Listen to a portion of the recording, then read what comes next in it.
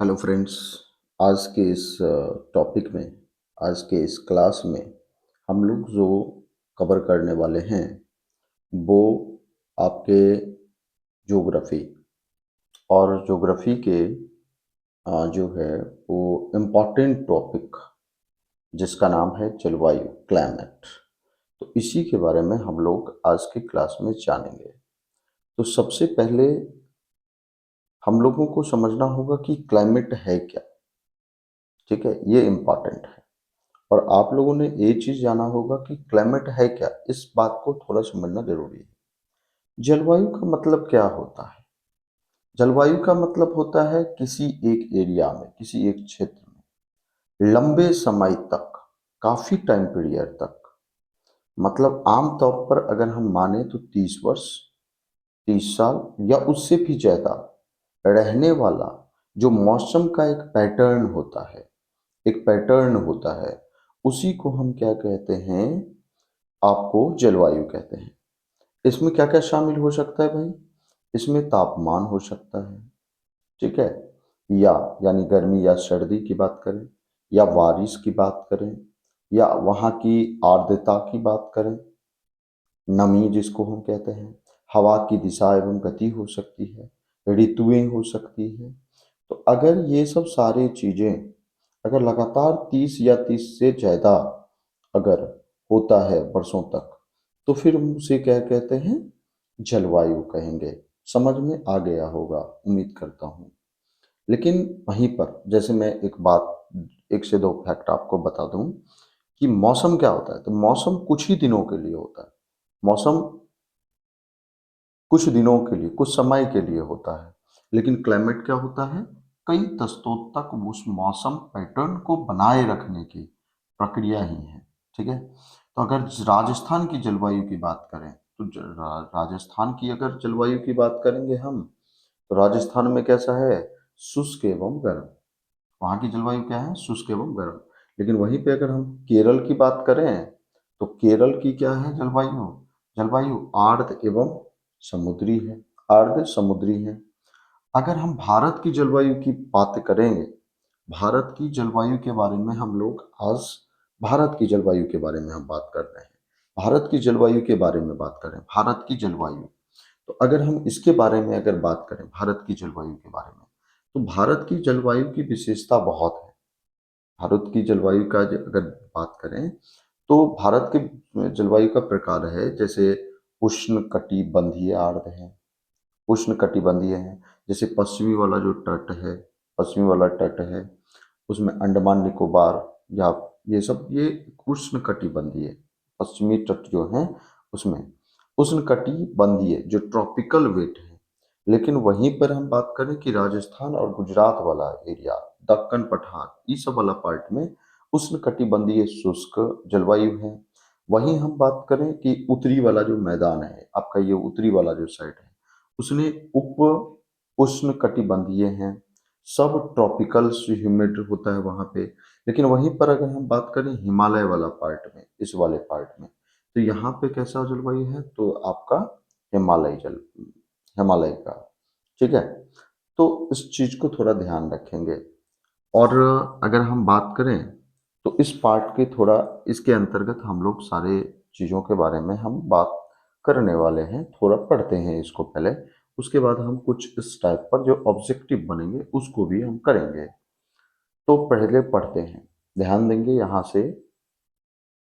एक विशेष क्षेत्र में जब लंबे समय तक 30 या उससे अधिक मौसम की अवस्था जो बनी होती है उसी को हम जलवायु कहते हैं। मौसम एक विशेष समय एक क्षेत्र के लिए अवस्था को बताता है। मौसम तथा जलवायु के तत्व क्या क्या है? टेम्परेचर, वायुमंडलीय जो दाब होता है, पवन होता है, आर्द्रता होती है, वर्षण होती है, इसी सब पर होती है। तो एक दिन में ही कई बार जो बदलती है, फिर भी वो कुछ सप्ताह, कुछ महीने या वायुमंडलीय अवस्था लगभग एक समान बनी रहती है। जैसे दिन गर्मी, या फिर ठंडे हवादार शांत, या फिर आसमान बादलों से घिरा या साफ। तो ये सारे ग्रीष्म शीत या वर्षा ऋतुओं में विभाजित किया जाता है। ठीक है। तो विश्व को अनेक अनेक जलवायु प्रदेशों में बांटा गया है विश्व को। क्या आप जानते हैं कि भारत की जलवायु कैसी है तथा ऐसा क्यों है? इस संबंध में इस पार्ट के अंतर्गत हम लोग पढ़ने वाले हैं। ठीक है, तो ध्यान देंगे मानसून। मानसून शब्द जो है इसकी उत्पत्ति अरबी शब्द मौसम वर्ड से हुआ है, जिसका शाब्दिक अर्थ होता है मौसम। मानसून का अर्थ होता है एक वर्ष के दौरान वायु की दिशा में ऋतु के अनुसार से परिवर्तन होना। भारत की जलवायु को मानसूनी जलवायु कहा जाता है। इंपॉर्टेंट हो गया फैक्ट, ध्यान रखेंगे। एशिया में इस प्रकार की जलवायु मुख्यतः आपको दक्षिण एवं दक्षिण पूर्व में पाई जाती है। एशिया है आपका, ये उत्तर वाला साइड हो गया, ये आपका दक्षिण वाला साइड हो गया। तो एशिया का जो मुख्यतः, एशिया में जो जलवायु मुख्यतः एशिया की हम बात कर रहे हैं, एशिया ये हो गया। तो इस ये मानसून वाला जो पार्ट है, मानसून जो जलवायु होती है वो दक्षिण और दक्षिण पूर्व, तो दक्षिण ये हो गया इस पार्ट, या पूरब ये वाला पार्ट जो भारत वाला एरिया है, इस साइड में दक्षिण पूर्व एशिया में मानसूनी जलवायु पाई जाती है। अब हम बात करेंगे कि सामान्य प्रतिरूप में लगभग एक रूपता होते हुए भी देश की जलवायु की अवस्था में स्पष्ट प्रादेशिक भिन्नता देखने को मिलता है। कहने का मतलब है कि एक रूपता होने के बावजूद भी आपको जलवायु की स्थिति अलग अलग जगहों पर अलग अलग प्रकार के देखने को हमारे ही देश में देखने को मिलता है। गर्मियों में अगर हम बात करें कि राजस्थान में मरुस्थल में कुछ स्थानों पे तापमान 50 डिग्री से भी ऊपर रहता है, जबकि वहीं पर जम्मू कश्मीर में बात करें पहलगाम में तो तापमान 20 डिग्री सेल्सियस रहता है। सर्दी की रात में अगर हम बात करें जम्मू कश्मीर में दार्स का, तो -45 डिग्री तक चला जाता है। जबकि वहीं पर जो थिरुवनंतपुरम है वहां पे 22 डिग्री उसी समय में, वहां पे जो है वो आपको जम्मू कश्मीर में अगर 45 डिग्री, -45 डिग्री चला जाता है, तो थिरुवनंतपुरम में जो है वो आपको 22 डिग्री सेल्सियस रहता है। कुछ क्षेत्रों में रात एवं दिन के तापमान बहुत ही अधिक अंतर होता है। जैसे थार के जो मरुस्थल है उसमें एक दिन का तापमान 50 डिग्री तक हो सकता है, जबकि उसी रात के या नीचे गिरकर, या अगर दिन की बात हम करें थार में तो 50 डिग्री सेल्सियस, और वहीं पर 15 डिग्री हो जाता है रात के समय में। दूसरी ओर अगर हम बात करें केरल का या अंडमान निकोबार में, दिन एवं रात की अगर तापमान की बात करें तो लगभग समान रहता है। वहीं पे अगर हम बात करें कि वर्षण की ओर अगर हम ध्यान दें, तो वर्षण के रूप तथा प्रकार में ही नहीं बल्कि इसकी मात्रा एवं ऋतु के अनुसार से वितरण में भी भिन्नता होती है। हिमालय में वर्षण अधिकतम हिम के रूप में होता है तथा देश के शेष भाग में यह वर्षा वर्षा के रूप में होता है। वार्षिक वर्षण में भिन्नता मेघालय में 400 सेंटीमीटर से लेकर लद्दाख एवं जो पश्चिमी राजस्थान में 10 सेंटीमीटर से भी कम होती है। वहीं अगर हम बात करें तो मेघालय में 400 सेंटीमीटर से लिख करके, और लद्दाख एवं पश्चिमी हिमालय में बात करें तो यह 10 सेंटीमीटर से भी कम होता है। देश के अधिकतर जलवायु में जून से सितंबर तक वर्षा होती है, जून से सितंबर तक वर्षा होती है, लेकिन कुछ क्षेत्रों जैसे तमिलनाडु तट का अधिकतर वर्षा अक्टूबर एवं नवंबर में होता है। ये भी इंपॉर्टेंट हो गया कि तमिलनाडु तट में जो होता है, तमिलनाडु वाला जो एरिया होता है, इस एरिया में आपको अक्टूबर से नवंबर तक होता है। सामान्य रूप से तटीय क्षेत्रों के तापमान में अंतर कम होता है। जो सामान्य रूप से जो ये तटीय वाला क्षेत्र है, इसमें जो आपको ताप का अंतर दिखेगा वो कम दिखता है। देश के आंतरिक भागों में मौसमी या ऋतुनिष्ठ अंतर अधिक होता है, लेकिन बीच वाला जो पार्ट है इसमें आपको जो मौसमी ऋतुनिष्ठ अंतर काफी अधिक होता है। उत्तरी मैदान में वर्षा की मात्रा समानतः पूरब से पश्चिम की ओर घटती जाती है। पूरब से पश्चिम कहने का मतलब ये हो गया कि ये आपका ईस्ट है, पूरब से पश्चिम की ओर। पूरब से पश्चिम की ओर अगर हम बात करें, पूरब से पश्चिम की ओर अगर घटती है। उत्तरी मैदान की बात अगर हम करें, उत्तरी मैदान ये वाला पार्ट हो गया, जैसे बिहार, यूपी, दिल्ली, इस वाला पार्ट में बात कर रहे हैं, तो पूरब से पश्चिम की ओर घटती है। ये भिन्नताएं लोगों के जीवन में विविधता लाती है, जो उनके भोजन, वस्त्र, घरों, इनके प्रकार को दिखाती है। राजस्थान में घरों की दीवार मोटी एवं छत चपटी क्यों होती है? मतलब वहाँ की दीवार जो है वो मोटी और छत जो है वो चपटी क्यों होती है? तराई क्षेत्र एवं गोवा एवं मंगलोर में जो ढाल वाली छत क्यों होती है? असम में मुख्यतः बांस के खंभों पर क्यों बने होते हैं? बहुत अच्छा क्वेश्चन है। तो थोड़ा हम लोग इसको थोड़ा देख लेते हैं। क्वेश्चन है आपका कि राजस्थान में घरों की दीवार मोटी एवं छत चपटी क्यों होती है? तराई क्षेत्र तथा गोवा में एवं मंगलोर में ढाल वाली छत क्यों होती है? तीसरा क्वेश्चन आपके सामने में है कि असम में प्रायः कुछ घर बांस के खंभों जो स्ट्रिप होते हैं उस पर क्यों बने होते हैं? तो ये तीनों क्वेश्चन बहुत ही इंपॉर्टेंट है। थोड़ा हम लोग इस पर डिस्कस कर लेते हैं। अगर इसमें है तो ठीक है, नहीं है तो फिर मैं आपको अपनी ओर से डिस्कस करवा देता हूँ। थोड़ा समझने की कोशिश करेंगे। क्वेश्चन देखिए, राजस्थान में घरों की जो दीवारें होती है मोटी और छतें चपटी क्यों होती है? क्योंकि राजस्थान जो है, राजस्थान वो बहुत ही गर्म और शुष्क होता है। शुष्क मरुस्थलीय क्षेत्र होता है। तो यहाँ पर जो मोटी दीवारें होती हैं तो गर्मी को भीतर आने से रोकती है, अगर होगी तो, और अंदर ठंडे बनाए रखती है इसलिए।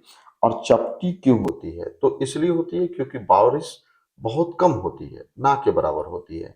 तो पानी बहाने के लिए उसे ढलान की जरूरत नहीं पड़ती, इसलिए वहां पे चपटी होती है। तो हमें कंडीशन क्लियर हो गया होगा।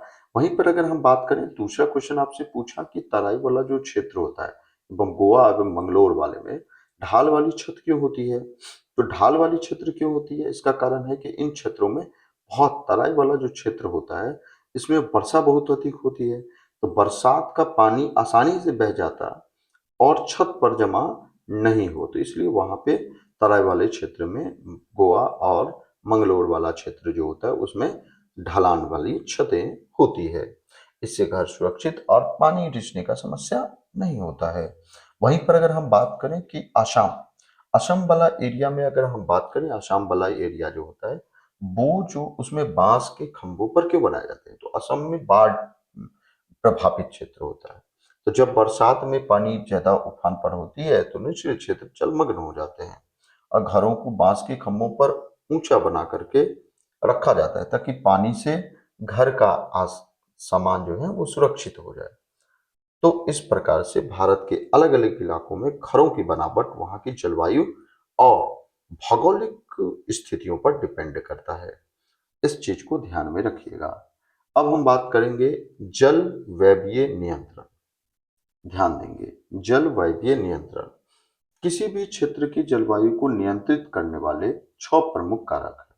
अक्षांश, ऊंचाई, वायुदाब, पवन तंत्र, समुद्र से दूरी, महासागरीय धाराएं और उच्चाच लक्षण, ये सभी जल व्यवीय नियंत्रण है।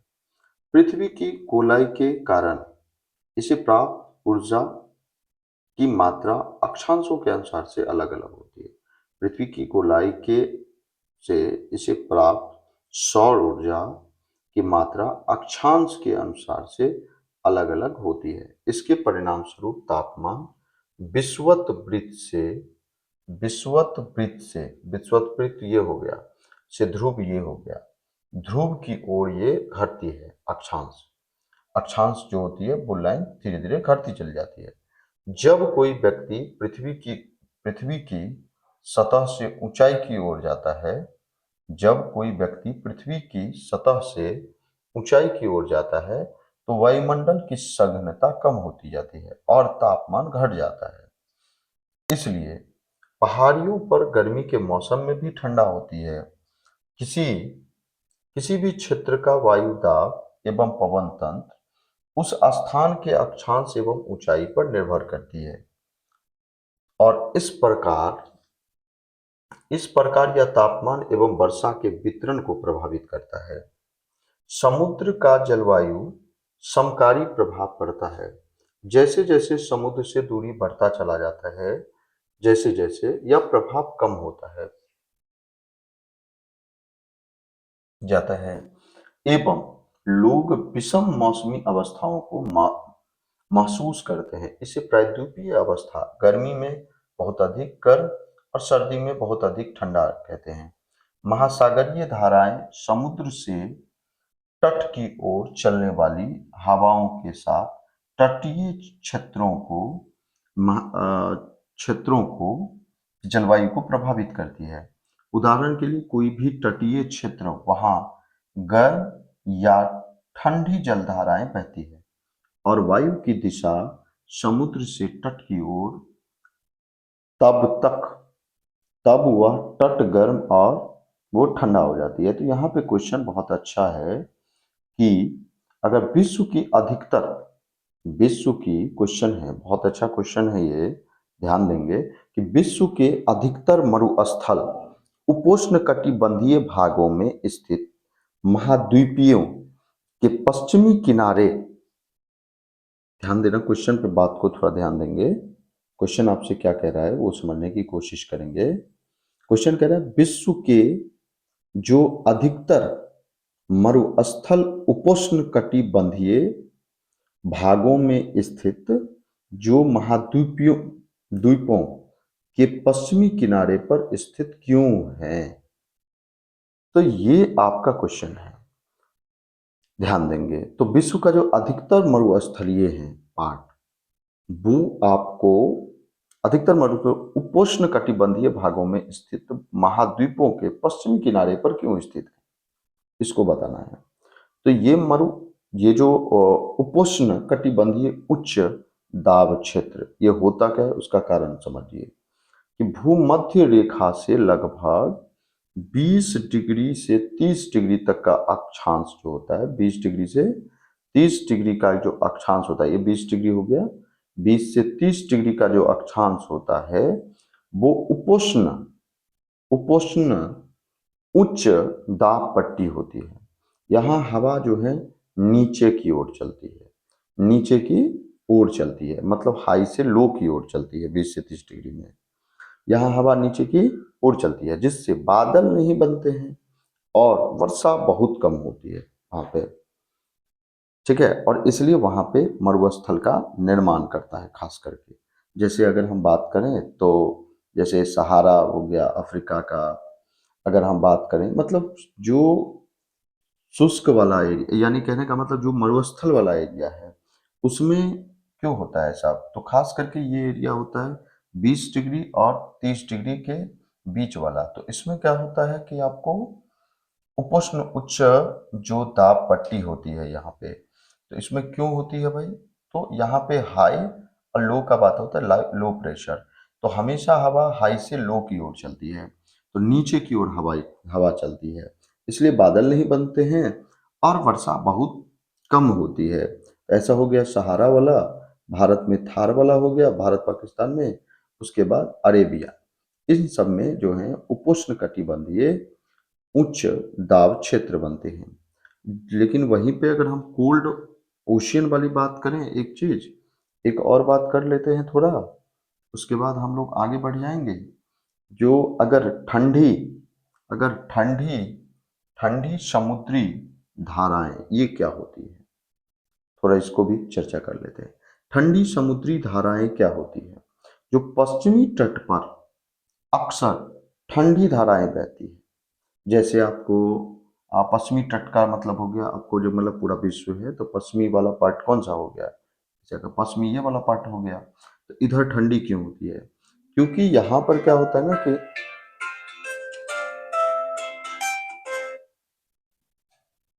पश्चिमी तट पर क्या होता है कि अक्सर ठंडी रहे, जैसे पेरू करंट हो गया, कैलिफोर्निया हो गया, उसके बाद कैनरी करंट हो गया, ये धाराएं वायुमंडल को ठंडा कर देती है और संघनन जो है वो रोक देती है, जिससे बारिश नहीं होती है।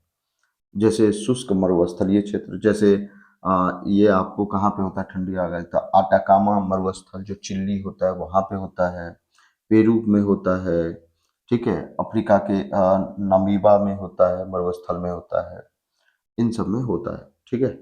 तो चलिए हम लोग आगे बढ़ते हैं थोड़ा, कि अंत में किसी स्थान की जलवायु को निर्धारित करने में उच्चावच की भी बहुत ही इम्पॉर्टेंट रोल होता है। तो ऊंचे पर्वत ठंडी एवं गर्म वायु को अवरोधित करते हैं। यदि उनकी ऊंचाई इतनी हो कि वे वर्षा लाने वाली वायु के रास्ते को रोकने में सक्षम होते हैं तो उस क्षेत्र में वर्षा का कारण भी बन सकते हैं। पर्वतों के पवन विमुख ढाल अपेक्षाकृत सूखे रहते हैं। अब हम बात करेंगे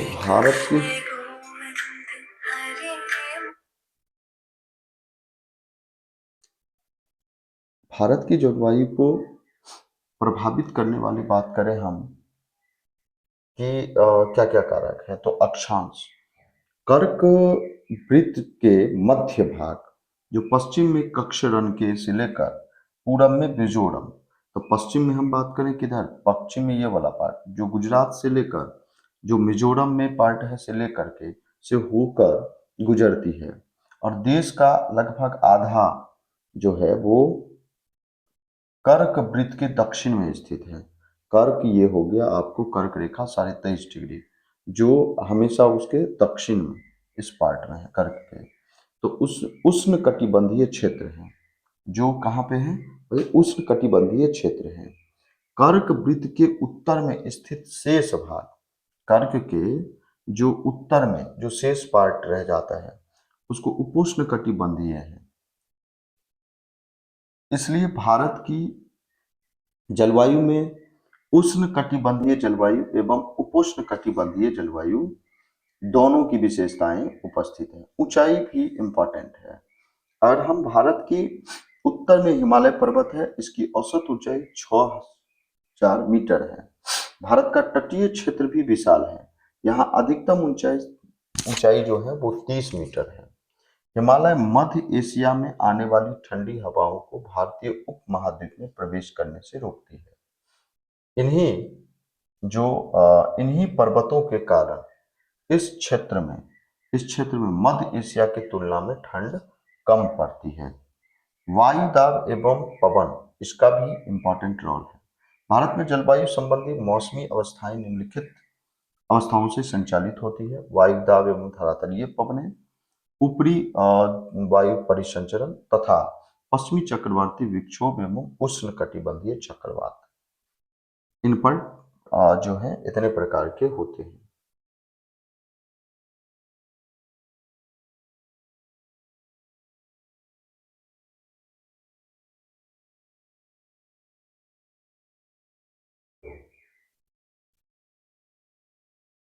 आपके पास 4 टॉपिक पेज बच गया है इस किताब का। अगर हम देखें तो 4 जो हैं वो पार्ट बचा हुआ है, तो नेक्स्ट क्लास में इसको हम कर लेते हैं।